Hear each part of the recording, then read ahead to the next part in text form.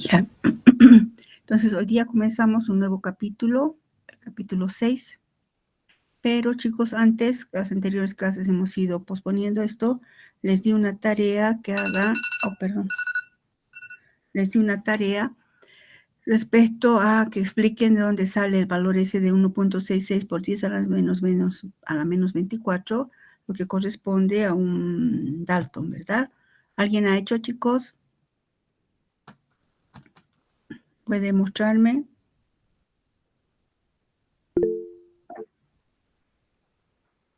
Dime, Rebeca.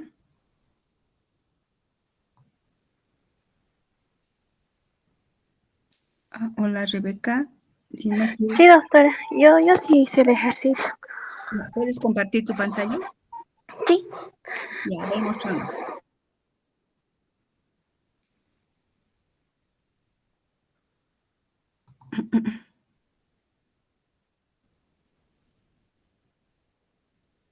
Ya he fijado tu pantalla, Rebeca. ¿Puedes ahora? Yo voy a dejar de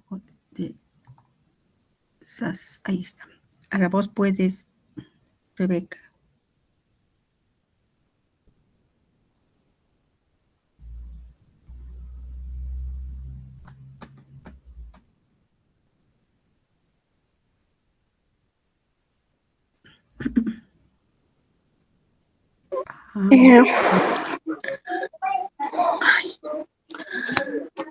Ya, doctora, no sé si se ve. Usted lo mandó a mi AutoChat. Sí, estoy viendo. Dice 12 gramos de carbono. Sí, en el número de abogado que nos da. ¿Ya? Y un gramo va a ser X y me salía 1,99, 23,32 por 10 a la menos 23. Y nos decía el ejercicio que era 1 sobre 12. Y lo puse 12 y me salió redondeado 1,6603 por 10 a la menos 24 gramos. Ya, ¿cómo interpretas ese resultado, Rebeca? Vas a tener 10 puntos en tu examen porque nadie más ha hecho. Bien, te felicito que hayas hecho, pero interprétame, ¿qué significa este 1.66? ¿Qué quiere decir? Que tal vez por cada gramo tenemos 1,66. ¿Por qué has dividido entre 12? Porque me decía en el enunciado 1 sobre 12, me decía en el libro, doctor. Exacto. La UMA es la 12ª parte, ¿no? Sí. De un átomo de carbono 12, por eso lo has dividido entre 12. Ahora, Sí. si divides si un átomo de carbono 12 lo divides entre 12, es igual a 1. 1 es el peso atómico del hidrógeno. Y entonces, este 1.66 por 10 a la menos 24, que es igual a un Dalton, es igual al peso de un átomo de hidrógeno. Está muy bien. ¿Tu apellido cuál es? ¿Tu nombre cuál es? Rebeca Nuria Velarde Mariscal debe ser, ¿no? Sí, doctora. No, Medrano, Mariscal, no sé, no veo bien. Ya, hazme recuerdo en el segundo parcial, Rebeca, que te aumente 10 puntos. No ha hecho nadie más el ejercicio. Doctora. Está bien, doctora, gracias. Entonces, solo faltaba un poquito completar, aunque lo has hecho muy directo, podría dar mala interpretación, pero no está mal. Está bien, Rebeca, me haces recuerdo. Ya yo voy a anotar un cachito, dame un minutito aquí. Doctora, disculpe, yo también lo hice, pero de otra forma. Ya, espérame un cachito. Tu anterior, Rebeca, ¿qué cosita? ¿Tu apellido cuál es? Velarde, doctora. Rebeca, grupo 300, ya. Ana Gabriel, a ver, también Ana Gabriel, que compartí la pantalla, Ana Gabriel. Está bien.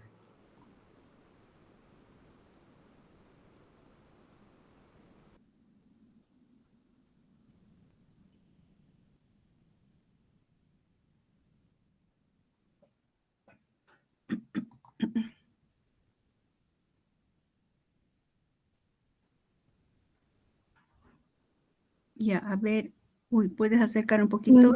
Número de abogado, C, masa de, ahí está bien.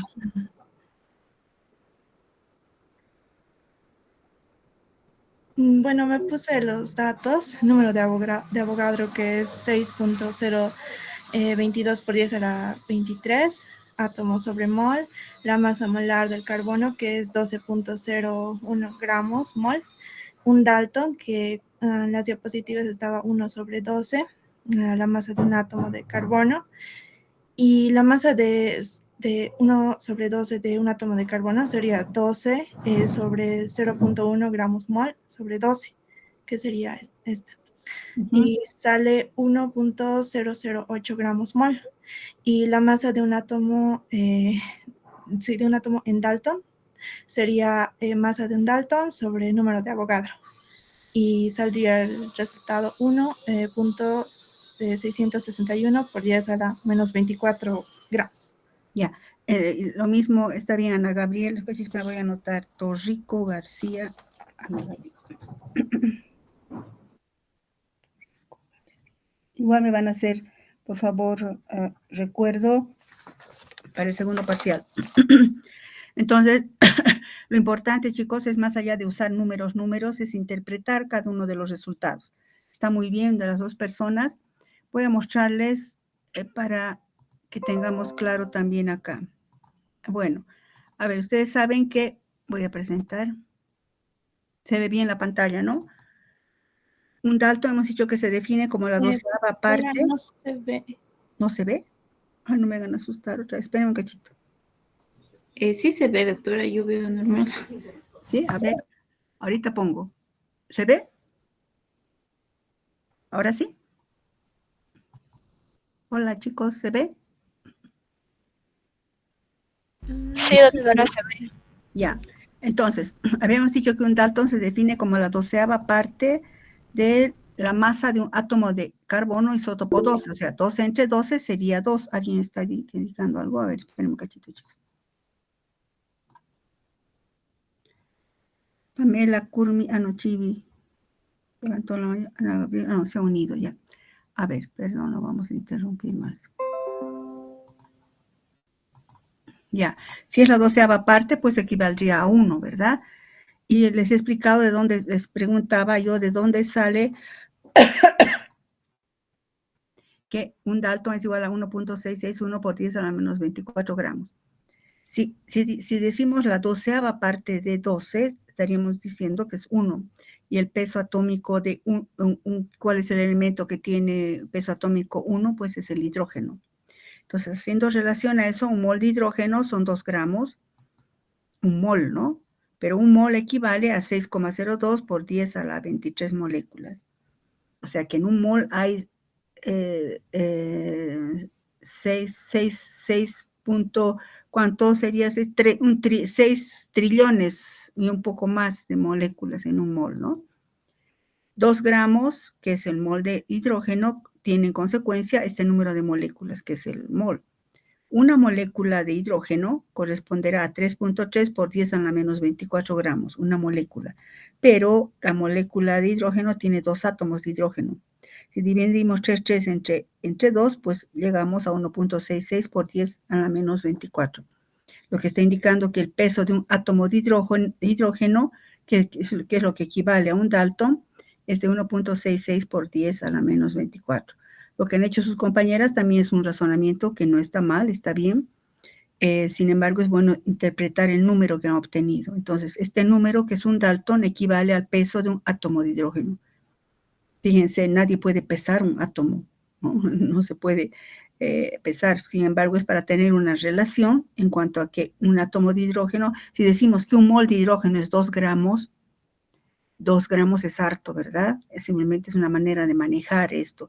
Pero un mol tiene 18, casi un cuatrillón de moléculas.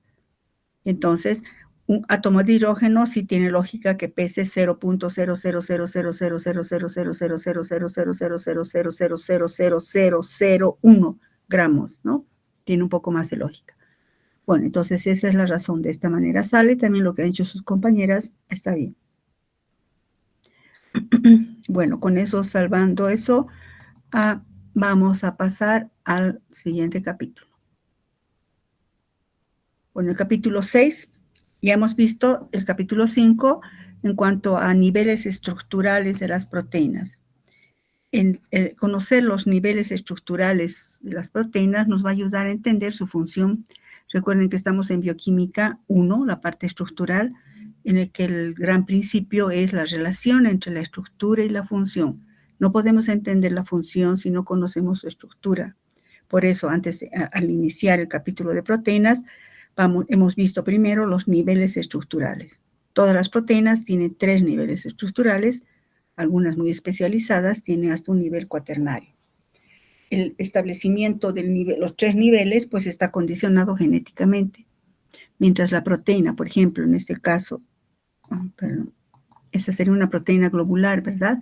Hemos dicho que se clasifican según su estructura terciaria en proteínas fibrosas y proteínas globulares.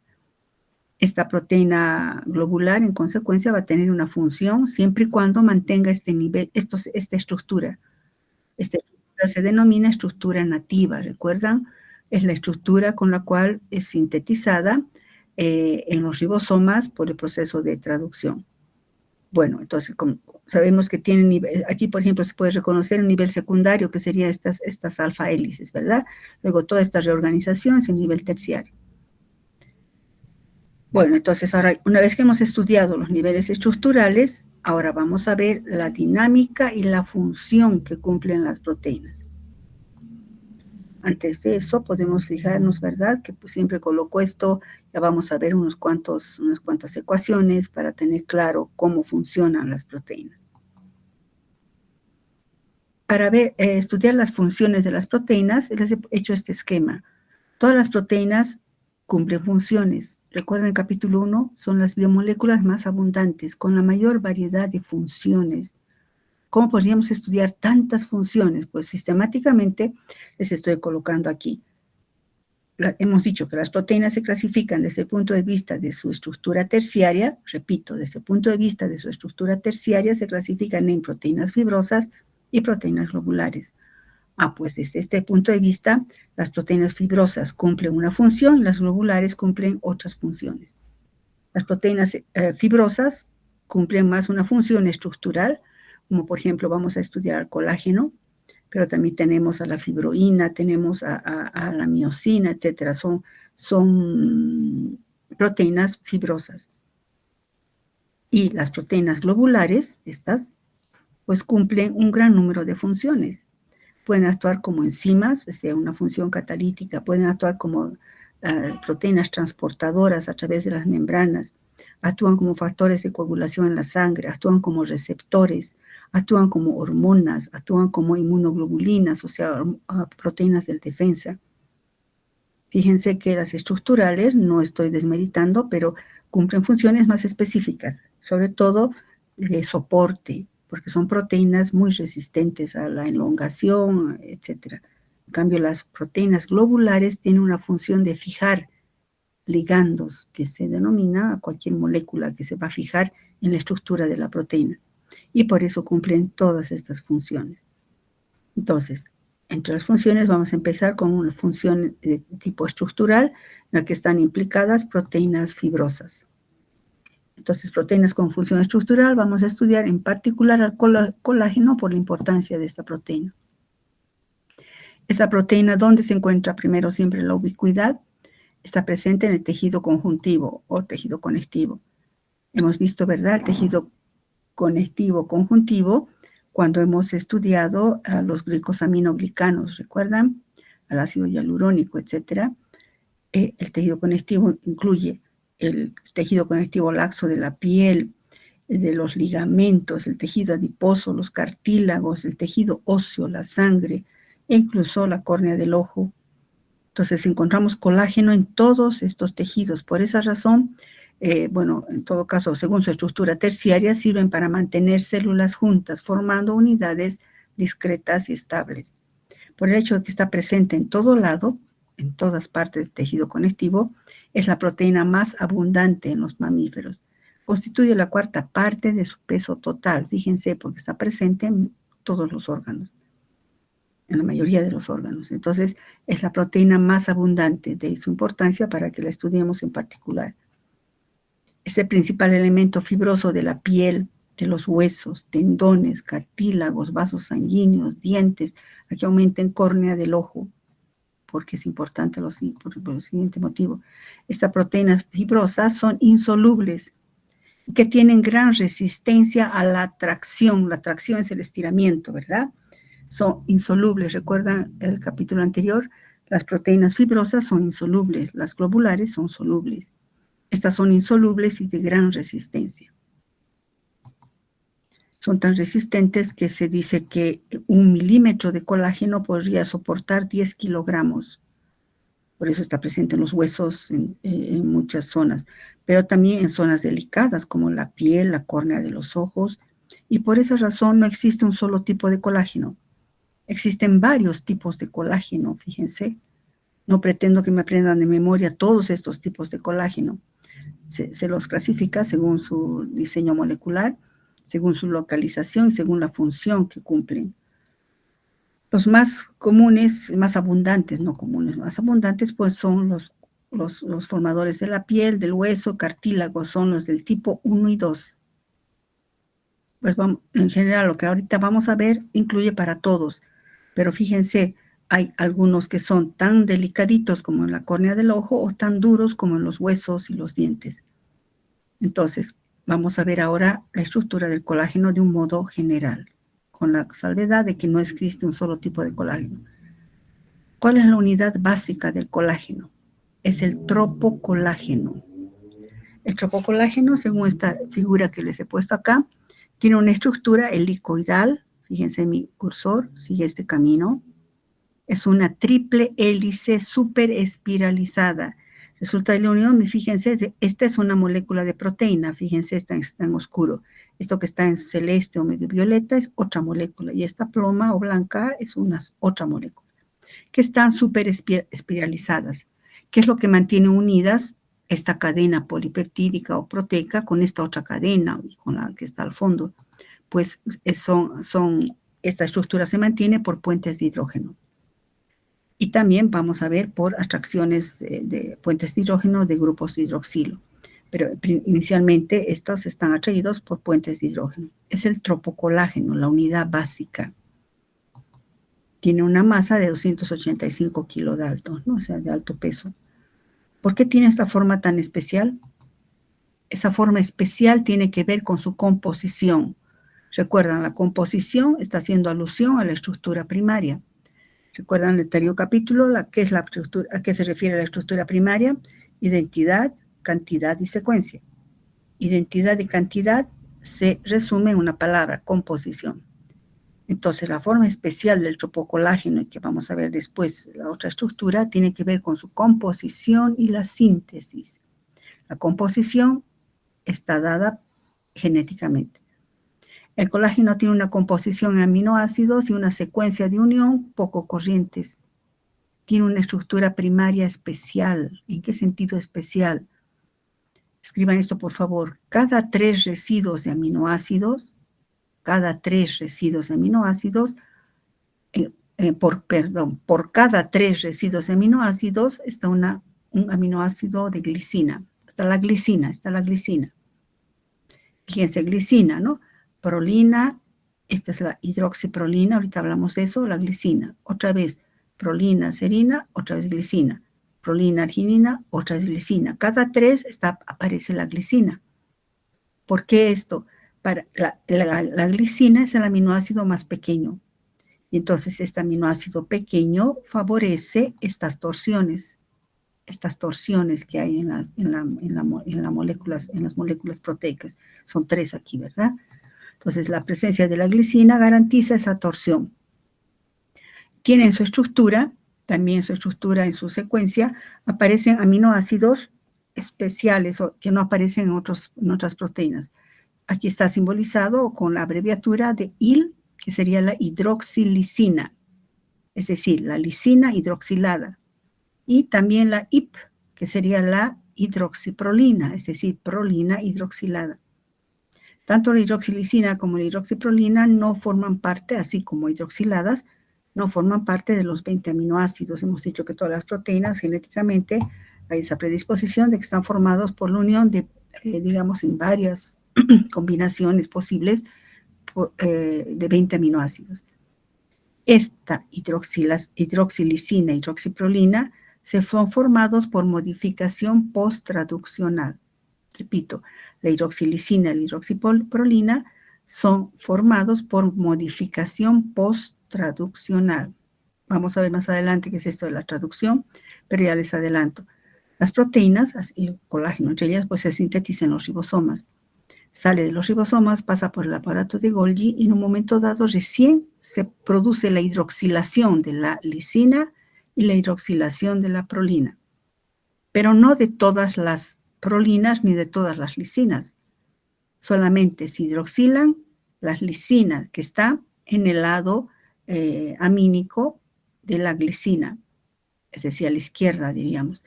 La prolina que está a la izquierda o en el lado amínico de la glicina es la que se va a hidroxilar.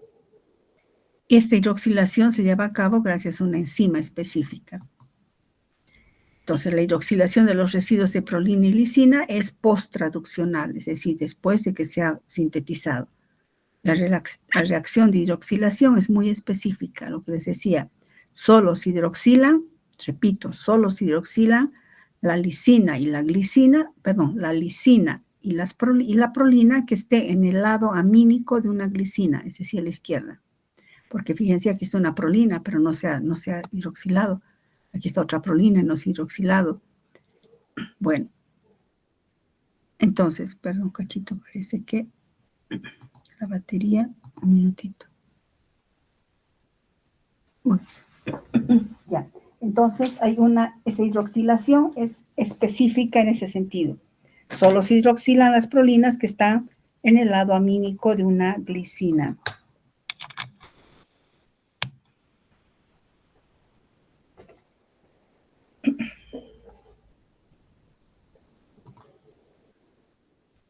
Ya.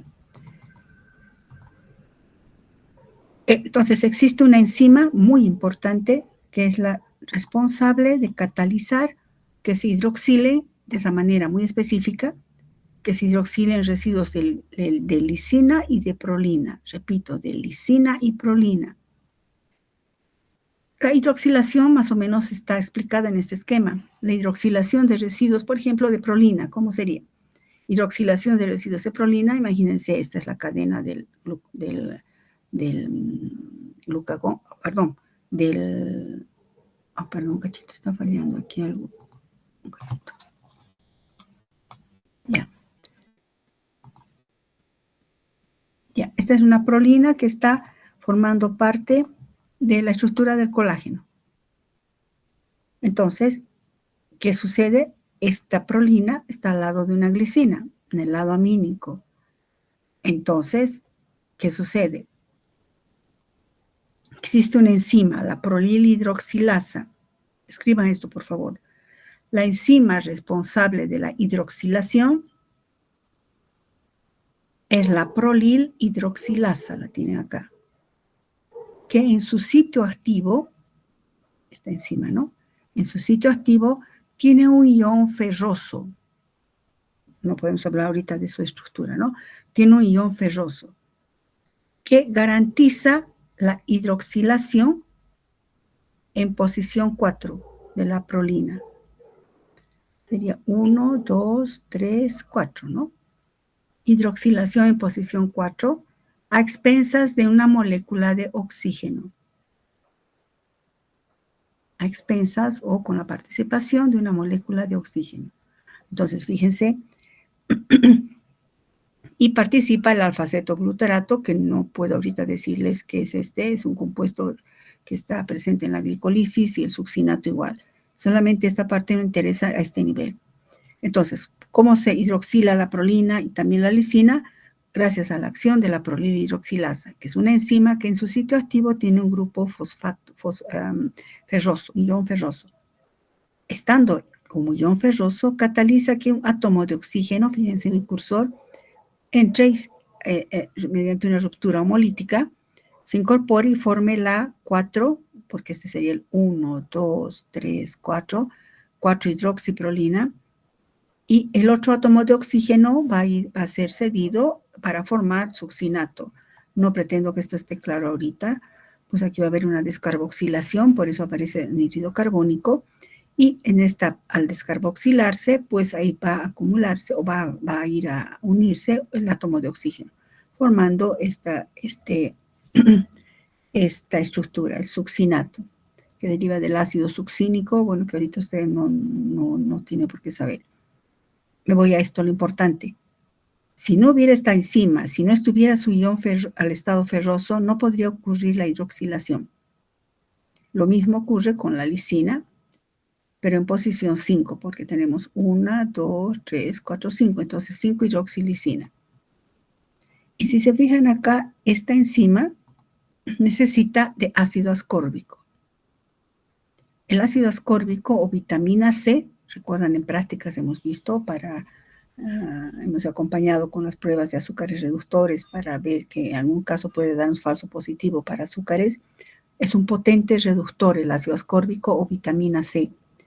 Este ácido ascórbico, bueno, esta es la estructura del ácido ascórbico vitamina C. Perdón, este ácido ascórbico forma una estructura de tipo una lactona, un éster cíclico, forma un éster cíclico y actúa como reductor. ¿En qué sentido? Fíjense, aquí hay un oxidrilo y otro oxidrilo, un doble enlace. Entonces va a ocurrir, ¿qué dice aquí? El ácido ascórbico, al perder 2 electrones y 2 protones, va a formar el ácido de hidroascórbico. ¿Cómo pierde esos 2 protones y esos 2 electrones? Pues de la siguiente manera. Recuerdan que habíamos hablado de eso, que 2 protones, 2 electrones pueden ser o 2 átomos de hidrógeno o un hidruro y un protón. En este caso son 2 átomos de hidrógeno que pierde, de hidrógeno. 2 átomos de hidrógeno es igual a 2 electrones, 2 protones. Eso hemos recalcado en prácticas, ¿verdad? Bueno, ¿cómo ocurre esto? Aquí, fíjense en mi cursor, ruptura homolítica, se va un átomo de hidrógeno y entonces aquí nos queda un electrón que con este doble enlace, ruptura homolítica, formará este doble enlace. Ruptura homolítica, un electrón de aquí con este forma el doble enlace y así se pierden 2 átomos de hidrógeno que van a garantizar el hecho de que el hierro de la prolilhidroxilasa, cuando ocurre esta reacción, el hierro se oxida hasta ion férrico. Y entonces el ácido ascórbico va a ceder electrones para que otra vez se transforme en ion ferroso y siga catalizando la enzima esta reacción. Entonces el ácido ascórbico reduce al ion férrico que se formaría cuando ocurre esta reacción hasta ion ferroso. Por ese motivo es sumamente importante el consumo de vitamina C. ¿Y por qué es tan importante la hidroxilación? La hidroxilación es importante porque, fíjense, hemos dicho que esto está estabilizado por puentes de hidrógeno, pero también aparece si se hidroxilan acá. Ustedes saben que dos oxidrilos pueden formar fácilmente puentes de hidrógeno. Entonces facilita la formación de puentes de hidrógeno para que se forme muy bien el tropocolágeno. También permite la formación de entrecruzamientos covalentes intramoleculares y también intermoleculares. Aporta un grupo funcional oxidrilo para que pueda enlazar azúcares. En la estructura del tropocolágeno se ha observado la presencia de carbohidratos. Entonces, azúcares como pueden ser glucosa, galactosa, que van a poder unirse aquí en las zonas donde haya oxidrilos. Ustedes saben, oxidrilo con un oxidrilo forma un enlace oblicosídico con ciertos azúcares. Entonces, esa es la estructura básica del tropocolágeno. Pero es solo la estructura, la unidad básica. Las moléculas de colágeno se pueden asociar formando fibras. Las unidades de tropocolágeno se reagrupan, formando estructuras macromoleculares de aspecto escalonado, fíjense, dando lugar a un patrón estriado con una disposición supramolecular. ¿Qué es eso? Fijémonos, este es un tropocolágeno. Este es otro tropocolágeno, otro tropocolágeno. Lo que hemos hablado ahorita nada más es de un tropocolágeno. se asocian 3 tropocolágenos, pero no alineados así, sino de una manera con aspecto escalonado, fíjense, de esta manera, como si fueran ladrillos. Ustedes han visto los ladrillos de una pared, nunca están los ladrillos paralelos, siempre están alternados. Eso le da mucha mayor estabilidad. Entonces, fíjense, si este es el tropocolágeno, es como si cada una de estas líneas fuera el tropocolágeno. La unión de 3 tropocolágenos forma las fibrillas. Y a su vez, las fibrillas nuevamente se asocian hasta formar finalmente la fibra de colágeno. Fíjense que si esto ya es resistente, 3 de estos en una fibrilla más resistente. Y la asociación de estas para formar otras asociación de varias fibrillas da lugar a la gran resistencia del colágeno. Y como les digo, 1 milímetro de colágeno puede resistir hasta 10 kilogramos, es sumamente resistente. Entonces, el colágeno es la asociación de varias fibrillas. Las fibrillas están formadas por la unión, cada una de las fibrillas, de la unión de 3 tropocolágenos en disposición escalonada, formando una disposición supramolecular, es decir, muy resistente. Este dibujo más o menos nos está indicando, esto todavía no hemos llevado la traducción, pero fíjense, sería más o menos a nivel del núcleo, por orden del DNA, y a nivel de los ribosomas, este sería un ribosoma, se empiezan a sintetizar las cadenas de proteína. Se unen las 3 cadenas de proteína, nos da el tropocolágeno.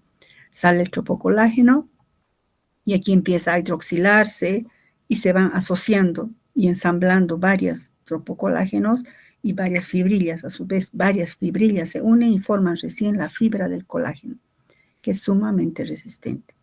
Entonces es necesario la unión de las 3, es necesario la hidroxilación de la prolilhidroxilasa para que se forme esta molécula, esta proteína tan resistente que garantiza digamos, la estructura de nuestros tejidos, la fortaleza de nuestros huesos, de los dientes. Ahora, asociado a todo este proceso puede haber errores. Entonces ahí surgen las patologías relacionadas con la síntesis del colágeno. La mutación de un solo resto de glicina del colágeno puede resultar letal. Hay una patología conocida como la osteogénesis imperfecta que, aumenten aquí, comúnmente se denomina huesos de cristal. Ha habido una película incluso, bueno, ocurría o estaba mayor incidencia había en Europa, pero ya hay aquí en Bolivia esta enfermedad.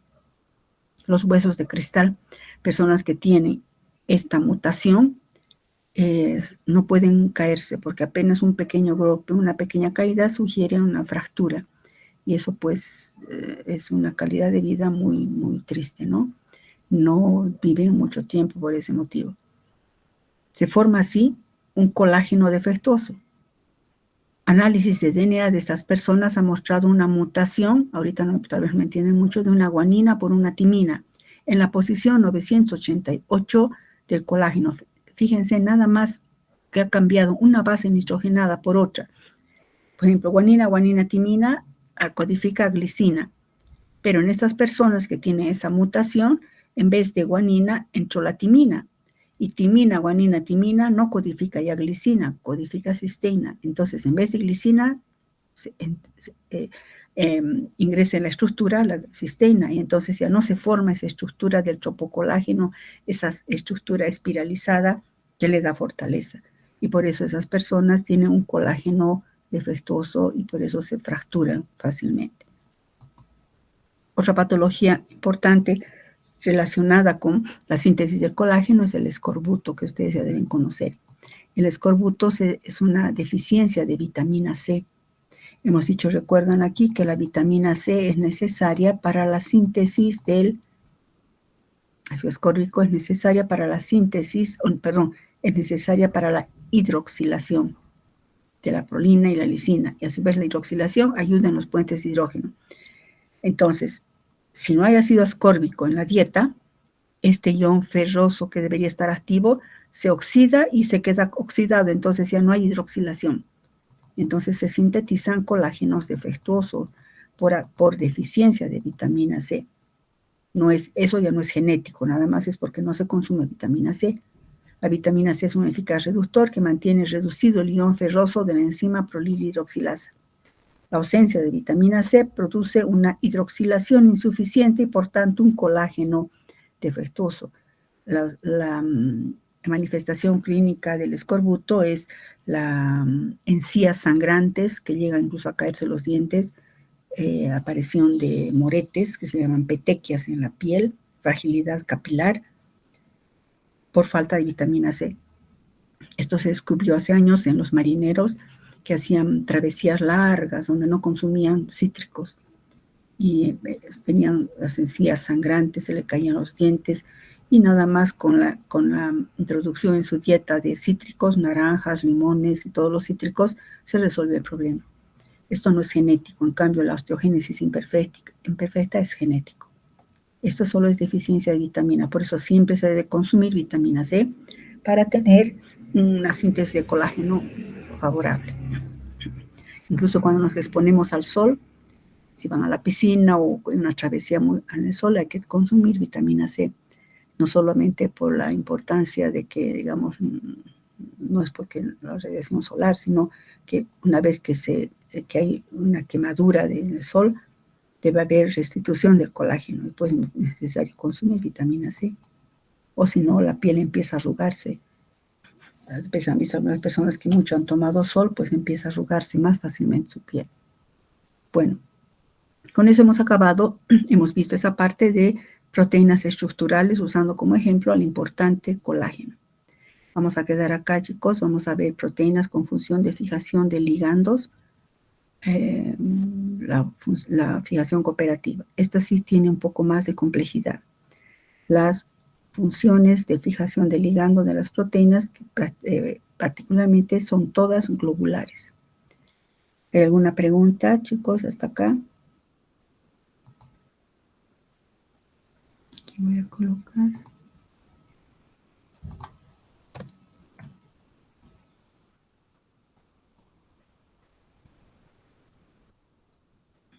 Ya. ¿No hay ninguna pregunta? Bueno.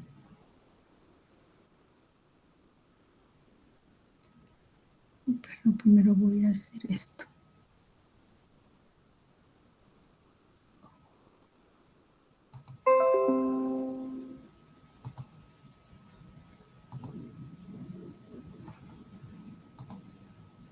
Ya. Bueno, chicos, eso entonces sería todo. Mañana nos vemos. Hasta luego, doctora. Hasta luego, chicos. Cuídense, hasta luego.